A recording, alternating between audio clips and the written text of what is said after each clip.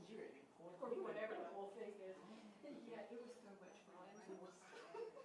But that's the only thing that they'll hear. When you're trying to get It will, it's that event area that they have in the auditorium. Gym. Sure. Restroom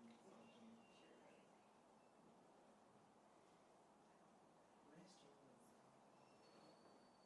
gosh, it has changed so much over the last 5 to 7 years. It's changed a lot. When we first got in, it was good.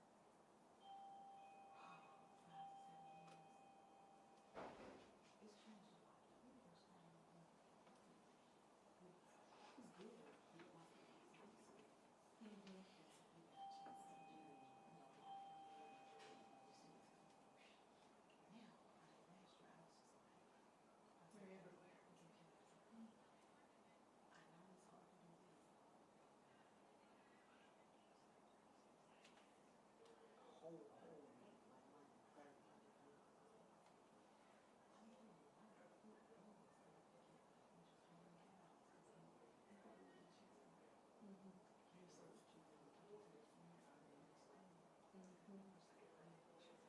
a friend, she's actually but you couldn't even get to it. It's just happening. I know. Well, and there's a lot that needs to be outside, and I think the power company, they couldn't have theirs outside. Was it last year, was it last year? So this is on the plan. They did all this, so.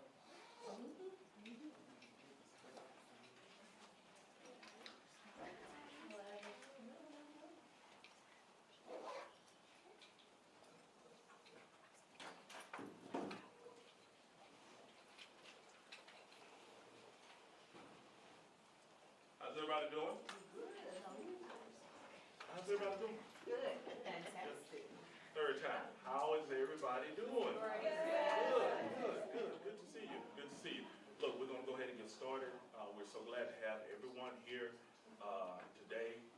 I think everybody's familiar with everyone, so we're not going to prolong the time, but we're so glad to have Ms. Ruth to come and share with us during this Women's History Month. And so at this time, I want to bring up Dr. Simmons, who is our Executive Vice President, and she will come and introduce our speaker for today. Good morning, everyone. We are so happy to have Ms. Ruth Moffatt with us today. She's a native of Tennessee. She moved to Gadsden in 2011. She retired from Goodyear. Then she went to be the executive director along with many other positions while she was at United Way. And she's currently with the City of Gadsden as the Director of Equity and Inclusion.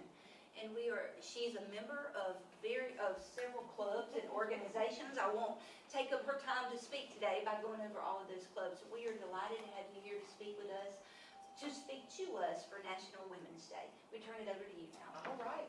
I'll pause and let them come in.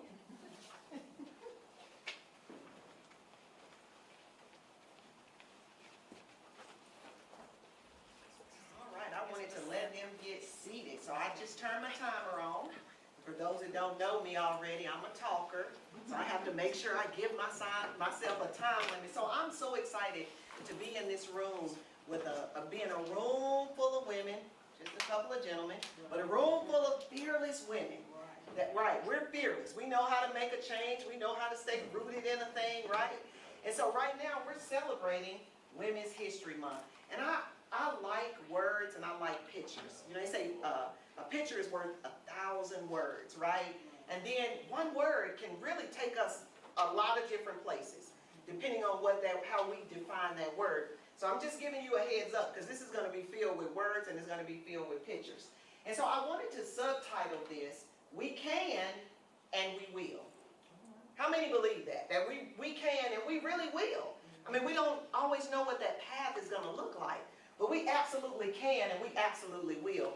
So I wanted to start out by really taking a look back in the history for just a second, because women have always been trailblazers when it comes to various things, right?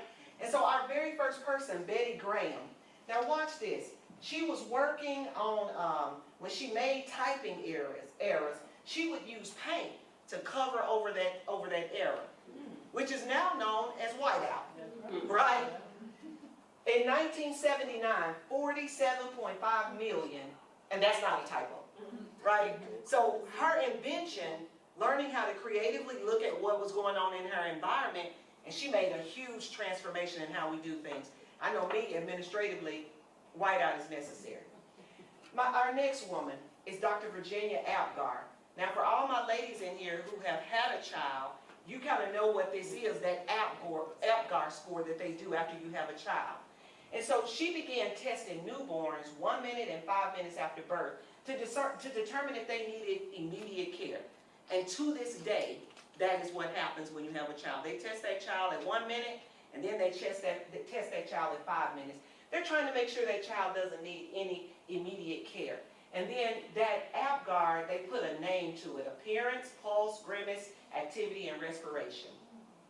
Helen Keeler. Now, I love her story because she was an author, she was a political advocate, she was a lecturer, and we often quote from Helen Keeler, but she was deaf and blind. And she became deaf and blind as a child from a disease that she had.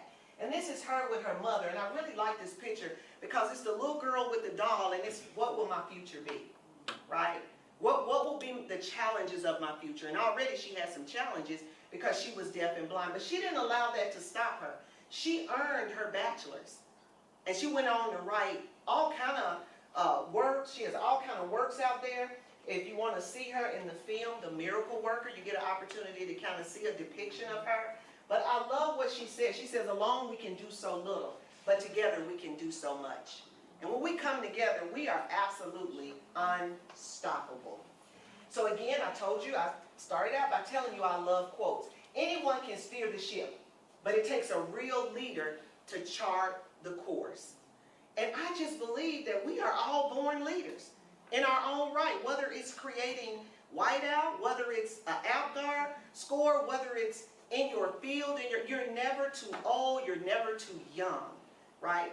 And so I wanted to highlight some leaders that really speak to me personally. So Rosa Parks. Rosa Parks, December 1, 1955, made a decision that she would not give up her seat. She ignited what was known as the bus boycott. But she really paved the way for some things that happened in civil rights. How much tenacity did it take for this woman to decide, I'm not giving up my seat? Like, it took some real guts and grits, right? I'm gonna stand in this place and I'm gonna own it right now. And regardless of what you do, I'm gonna stand here and I'm gonna hold fast to what I believe. And she ended up being a leader in a movement. It's a difference in being a leader in a movement and someone creating chaos, right? All right, Ruth Ginsburg, I love her story. I love her story. She faced so many challenges before she made it to the Supreme Court. From her husband being sick, from a child being sick, having to work and pave her way through law school. And let me tell you a little bit about her. She became a successful advocate, both as an attorney and a well-regarded judge for hot-button issues, gender equality. And she did all of this not on a pathway that was always easy. So here again, we see a woman who had to have some grace, some grit, some determination. You can just keep naming it on and on and on, right? She was determined that she would chart that pathway. And she made huge strides in equality for women. Sally Ride, the first American woman to actually go to space. And she did that June 18, 1983. And so, if you think about, when I look at her and I think about male-dominated fields. And sometimes we can be intimidated to go into those male-dominated fields, right? We were looking at Helen Keeler earlier as a child. Oftentimes, like my granddaughters, I'll say, you know, we talk about what you want to be. And while nursing is extremely important, we're often geared towards those types of things. Not necessarily being an astronaut, but if you want to be a mechanic. What if you want to be a diesel mechanic? What if you want to do something in computer science? So for me, she really broke through some barriers to be in a field that was predominantly male, right? Took a lot of grace and grit to do that. And then I just love Mamie Till, and that's for all my mothers in the room, because Mamie Till was instrumental in the civil rights movement as well. And of course, we know that her son was beaten, and they wanted to close the casket, and she said, no, let them see, right? Let them see what's happened to my baby. And she actually spurned a movement, not chaos, but a movement, right? And so these women made all kind of differences in our world. Well, how did they do it, right? And so I chose 3 things that I thought were just so significant. This topic really reignited me in a certain way, because my story is really interesting. We'll talk about that a little bit later. But what must I possess as a woman to be able to break through those barriers and to be unstoppable in what I'm determined to do? I must be resilient. Resilience really deals with the ability to bounce back. Life is filled with challenges, disappointments, things that are not fair, all of those different things that we talk about, right? It's not fair that this field is male dominated. It's not fair that maybe males make more than females in this particular, make more in this particular field. Who's going to be the change agent for that? Who's going to be the person that rises up and creates a movement and not chaos, right? So you must be resilient and have the ability to bounce back quickly. So I always use this terminology. I always say this right here when I'm facing something difficult. I say I may be down, but I'm not out. I will rise again, right? And I tell my girls that all the time, because it's so important to understand that life will be filled with disappointments. It'll be filled with challenges. It can be filled with troubles, and it can be one after the other. I call that the stoning effect. And I know that when I'm going under the stoning effect, that I'm actually on the cusp. I'm right at the edge of something great. Something's trying to stop me from creating that movement, whatever that movement may be. A woman is like a tea bag. You can't tell how strong she is until she is put in hot water. Anybody here drink tea? You have to allow, the longer you let it set in the water, the greater the flavor of the tea, right? What else must I possess? Determination. You have to be determined that against all odds, that my end goal is always my focus, right? Determination is firmness of purpose, resoluteness, right? I remember when I went back to school as a non-traditional student, and I faced all kind of obstacles. I had put 7 children through school. Here I was, back in college, a non-traditional student, and I was facing obstacle after obstacle after obstacle. And all I kept saying to my mother was, I don't know what this is going to look like, but I will not quit. And at the end, I had to pay. I had ran through all the grants. I had ran through everything I could run through. And I was paying semester by semester because it was important to me to get to my end goal. And I did that challenging. At that time, I had 3 children in college. That's when I went back, was after I got all my children out of school. I had 3 children in college. And so I challenged them, let's get on the dean's list. Let's see who can do it. So I challenged them during that time, but you must have that determination. In this world, there is no force equal to the strength of a woman determined to rise. Let me tell you, if a woman makes up her mind to be unstoppable, there is nothing that can stop her. I want to drill that in us today for those that might be on the feeling like, oh, feeling a little bit defeated. Nope. If you have determination, you will rise. W.B. Du Bois said that. And then you must be authentic. And I changed the colors because that authenticity may look different. You got to be free to be who you are. Be you. I always say my unapologetic self. Whatever that looks like. Whatever that looks like. Whether my hair is curly and fluffy or it's tapered around my head. I'm going to be my authentic self, because guess what? You can be no one else. And so Michelle Obama said it like this. One of the lessons that I grew up with was to always stay true to yourself. Never let somebody else, what someone else says, distract you from your goals. She said, when I hear about negative and false attacks, I don't even invest my energy in them because I know who I am. You must know who you are. and stay true to your authentic self. That's what those three things were some of the top things that allowed me to be successful. It allowed me to be able to step from one realm to another. Because I had to have resilience. I had a lot of things I was coming up against, and I had to be able to bounce back from those things. I had to have some determination, and then I had to learn to be my authentic self. You know, magazines, commercials, and I hope my sorority sisters won't get me when I say this, even sororities, things can try to tell you what you should look like and what you should be like. That's not where it's at. It's within. That fighter was in Ruth Ginsburg, right? To take care of her husband, take care of a sick child, still pave her way to the Supreme Court. That fight was in her. The fight was in all of those others that I showed you too. So I would be remiss if I didn't talk a little bit about my shero. And that's what I call her, my shero. So my mother, at the time that she grew up, she was not allowed to go to college. She wanted to go. It was a recommendation that she go. But because of the time that we were living in at that time, she didn't have that ability to go. But what she did was instilled in her children that if it is to be, it's up to me. It's no excuses. She said, just because I didn't go doesn't mean you can't go. By way of the fact that I couldn't go, you should go, right? And so she really instilled that in us. No one can stop you from your journey but you. And so she removed all of the excuses.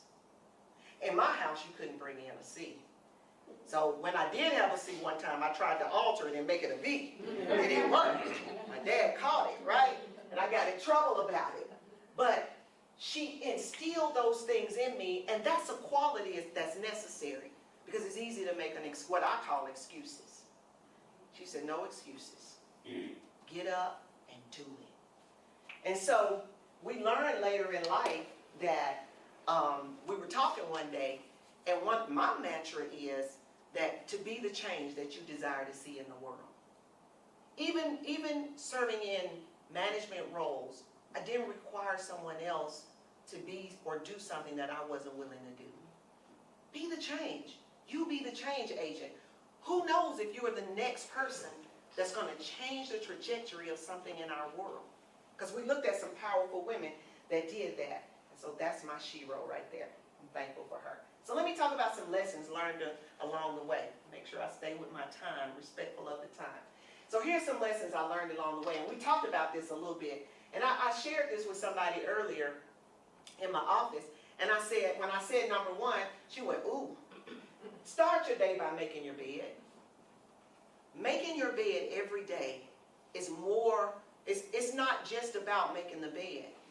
You've completed a task at the very beginning of your day. And I'm going to tell you, it's when I don't make my bed at the beginning of the day, I kind of feel offset throughout the day.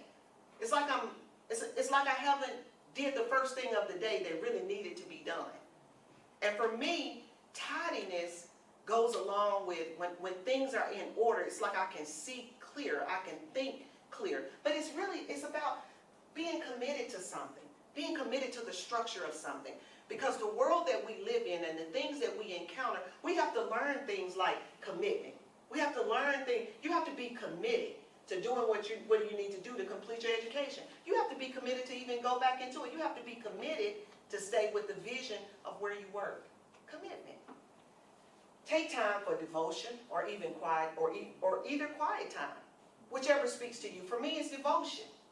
And that devotion doesn't have to be something real long. That devotion helps frame my day. And oftentimes when you do a devotional, you will often stumble upon just what you needed for that day. Sometimes it'll be something that will say, stay the course. And it's right in the midst, and you're just like, oh my God, yeah, this was what I needed today. Like to remind me to stay the course. Or just have quiet time. Like, any introverts in here? Okay, yeah. So I recharge like an introvert, so I have to have quiet time. If too much is going on for too long, if the period is too long, I just it wears me out. right? And so quiet time is very important. Take time to just breathe. Women, we have to have some self-care. We are the first to, we could have, especially the mothers, oftentimes we feel like, well, I got to take care of the children, I got to take care of the husband, I got to take care of the house, I'm in school, I got my job. Take care of yourself. Because if you don't take care of you, when you're gone, who's going to do all those other things? Self-care is important. We as women often forget to take care of ourselves. Give to something or someone beyond yourself. You really find yourself and giving to others. You find the things that mean a lot to you wholeheartedly. And of course, remove all excuses. And remember that you can. And you will. Never give up. And never stop learning. I wanted to include just a couple of quotes from a couple of different people. And then I really do love the last one. But every woman's success should be an inspiration to another. Because we're at strongest when we cheer each other up. We are cheer each other on. We are not each other's competition. But we have to strengthen each other and we have to encourage each other. Because we know inherently some of the challenges and struggles that we feel and face as women. I've come to, and that was by Serena Williams, I've come to believe that each of us has a personal calling that's unique as a fingerprint. And that the best way to succeed is to discover what you love. And then find a way to offer it to others in the form of service, working hard, and allowing the energy of the universe to lead you. That's Oprah Winfrey. I like that one because she talks about it being unique as a fingerprint. No person in here has the same fingerprint, right? And then doubt is a killer. Don't doubt. You just have to know who you are and what you stand for. And remember, Michelle Obama spoke to that a little bit, and that's Jennifer Lopez. You may encounter many defeats, but you must not be defeated. Defeats don't mean I'm defeated. It just means it might have been wrong timing. It just means I might have to find another way to make it happen. Like when I was in school, and I didn't have anything else, well, guess what? Now we just have to pay it, because I'm graduating, right? Okay, so it doesn't mean that you're defeated. In fact, it may be necessary to encounter the defeats so you can know who you are, what you can rise from, and how you can stand still and come out of it. Maya Angelou. I absolutely love that. And you'll know why in a minute. And then the last one, I love this. Mirror, mirror on the wall. I'll always get up after I fall. And whether I run, walk, or have to crawl, I'll set my goals, and I'm going to achieve them all. And I believe this for every woman, tell us we can't do something. You just created a space for us to do it. Okay.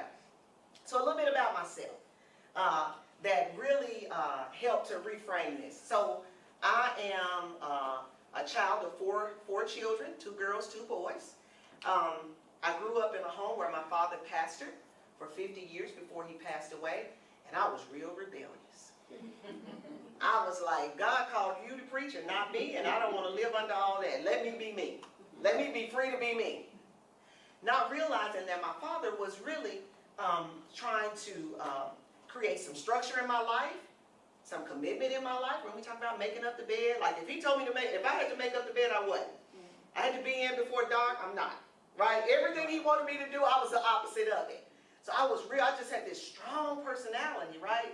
And so my senior year of high school, I got pregnant. And I graduated, I had my daughter, and I went on to have 6 more. So I had 7. But after I had my daughter, I was like, and I graduated, I was like, I am gone. I am out of here. And I left out of there to be houseless. And I slept on the couch of my daughter's grandmother because she said, girl, get over here. What are you doing? Right? And she knew that I was real stubborn and I was real opinionated and I was all of those things that you name. And I created a pathway that was so hard for me. I went on to have 2 more. So I had one in a carrier. I had my daughter who was the oldest. I had a son, and then I had a son in the carrier. And I went on to get my own place. I was working 2 jobs, and I'm going to show them. I can do this. I'm going to show them. And I wouldn't call my mother because I knew my mother would be sad. And I didn't call my dad because I was mad. Okay? And so I can remember vividly running out of diapers before I got paid on Friday. So what am I going to do? So I took the t-shirt of the middle child, made a diaper out of it, and I washed them out on hand until I got paid on Friday. But my stubbornness was teaching me something, right? Now God was going to deal with that stubborn place. But my stubbornness was a resilience. So that as I began to come up in my career, when I began to see obstacles, I had already developed the muscles to be able to withstand opposition. I had already developed the muscles to be able to stand in the room with people that maybe you did have a PhD, but I had a thought too. I had developed those muscles. I called my mother and father. I worked my way through it. No excuses, right? Because my mother always said no excuses. And then I decided, I got a good job. I worked at Goodyear Tire and Rubber Company. Woke up one day, my children were close to being grown. By then I had 7. And it's just like someone said, you need to go back to school and do what you were called to do. I always wanted to be able to empower others who felt like their voices were unheard and felt like they couldn't rise from where they were. Wonder where that came from. Probably came from rising where I was and having to overcome obstacles. Do you think we have some stubborn girls in this world today? My God, yes. You say, yes, Lord, you got some daughters. One. I mean, we have them in the world today. Do you think I could pour into them as a mentor? Absolutely. I learned obedience. That's what the scripture says, that Jesus learned obedience through the things that he suffered. I learned some obedience through those things. It chastened me. And I learned some great lessons. And I'm not upset about any of those lessons. Because I went on to become. I didn't allow having 7 children to stop me from becoming. As a matter of fact, I used that as an opportunity to help my 7 become. To say, don't go this route. Very open and transparent, right? To inspire them to be able to do what they needed to. That's why I challenged them while I was in college. And so they went on and they're all in their professions. I have 15 grandchildren now. Getting ready to have number 16 in July. So I didn't allow those things to stop me. Women, we can do whatever we put our minds to. But we must be resilient. We must be determined. Must be your authentic self. Even sometimes if you grew up a rebellious self, once you come to yourself, then you're able to give back in a way that will blow others' minds. My mother tells me now, she said, I always thought it was going to be my boys, right? I got 2 brothers. She said, but man, you girls are killing it. And so she really pushed us in that area. She didn't allow her lack to cause her to become bitter and complain about a system, because that was the system then. We have to move from complaining and become, right? So to end it all, and let me say this. When I was my 16-year-old self, I didn't see myself as executive director of United Way. Do you think I had challenges? I was the first African American to serve in that seat. There were challenges. There's my timer. That means I'm supposed to be done. There were challenges. Went on to serve diversity, equity, and inclusion in the mayor's office. I didn't see that coming. But everything about my journey prepared me. Now I can sit and look at someone face to face and have a conversation. That's not confrontational. You'll never conquer what you won't confront. And knowing that we deserve to be in the space that we're in. Maximize it. And take it as far as you can go. I want to die empty. I want to, when I leave this world, I will have given everything I was supposed to give. When I looked at the life, and Ruth, and not just because she has my name, because I just reading her story and the challenges is so inspiring. How you overcome and and she was in a male-dominated, the Supreme Court. You don't see a lot of women there. Man, if I would have went on and got my PhD, I probably would go for it. Well, I said, yes, we can, and we will. I don't know. So lastly, I want to say this, and and then I'll digress. I want you to remember this image. The picture is worth 1,000 words. On your days that are difficult, I don't care what you're dealing with. On your days that are difficult, on the days that it seems impossible, think of life like this road. Because we're all on a pathway to somewhere. Whether it's having children, graduating, considering going back to school, in school, whatever your pathway may be, we're all on a path going somewhere. There are going to be days that are going to be sunny. Everything's going to be going just like we anticipated. Things came through like they should have, you know, and I might not have, I see, is it dental students in here? Mhm. So, you know, y'all probably a little bit older. I don't know if you all are still going out and partying, but just in case. And, you and we didn't study. I remember one time praying. I was going into one of my classes, and I was like, and I was going into the class, and I said, "Ooh, Lord, please let me pass this test. Ooh, God, I need to pass this test." And y'all, I heard in my mind, you can only pull up what you put in. I said, "Ooh!" I said, "Oh God, that's a message. I'm gonna fail this test." Put in the work. Because when you put in the work, you'll be able to pull it out.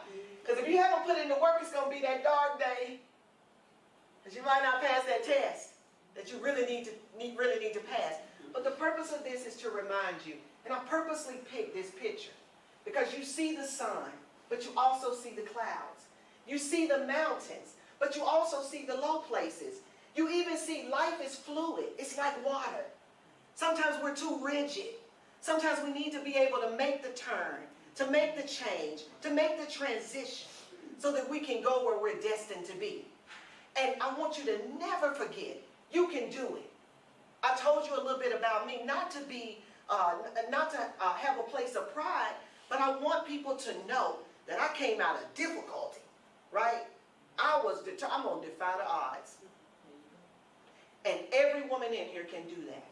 And then when you defy the odds, then you turn back around and you grab another woman so she can come with you. Never forget that you can do it. You just have to figure out how you're going to do it. How am I going to make it work?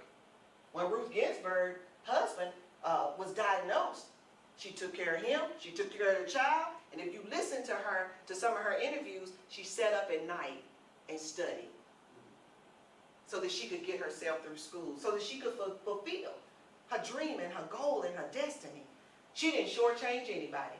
She found a way to make it work. You can do it. You can do it. Remember this picture. Thank you so much for the opportunity to talk to you. Let me tell you, I tell you, even for me, it reminded me. When I looked at my mom, I was like, oh my God, this is like, you know, this is a dream of hers. This was a passion of hers to come true, to see her children and her grandchildren to be able to go to college, to be able to do it with no excuses. So this right here inspired me even the more. What else could we do? I might just go into law. I think I should have been an attorney. So I just go into law. But what else can we do? So every person that has heard this presentation and will hear this presentation, they will know that nothing is impossible, that they can just do it. Thank you for your time.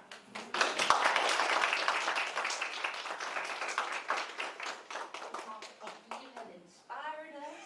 We I hope so. can and we will. So I know I've been inspired today, and thank you on behalf of Thank Gadsden you. State I for appreciate taking your it. time to present to us today. Thank you. Thank you, Mr. Wilson.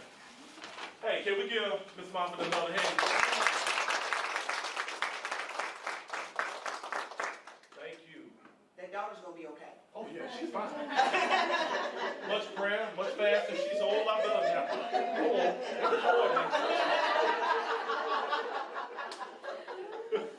Yeah.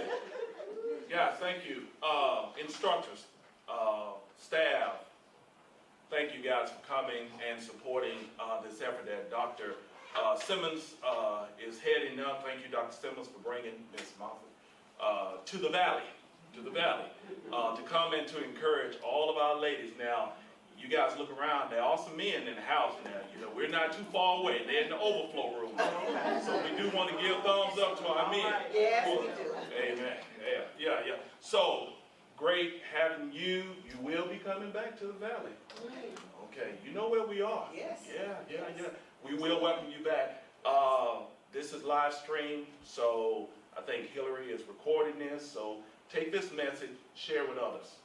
Take it and share it with others. Be a blessing to other people as well. We're so glad to have people from our community, from the local community here to come and support. Thank you for being here as well. You know how we do it in church. If all hearts and minds are clear,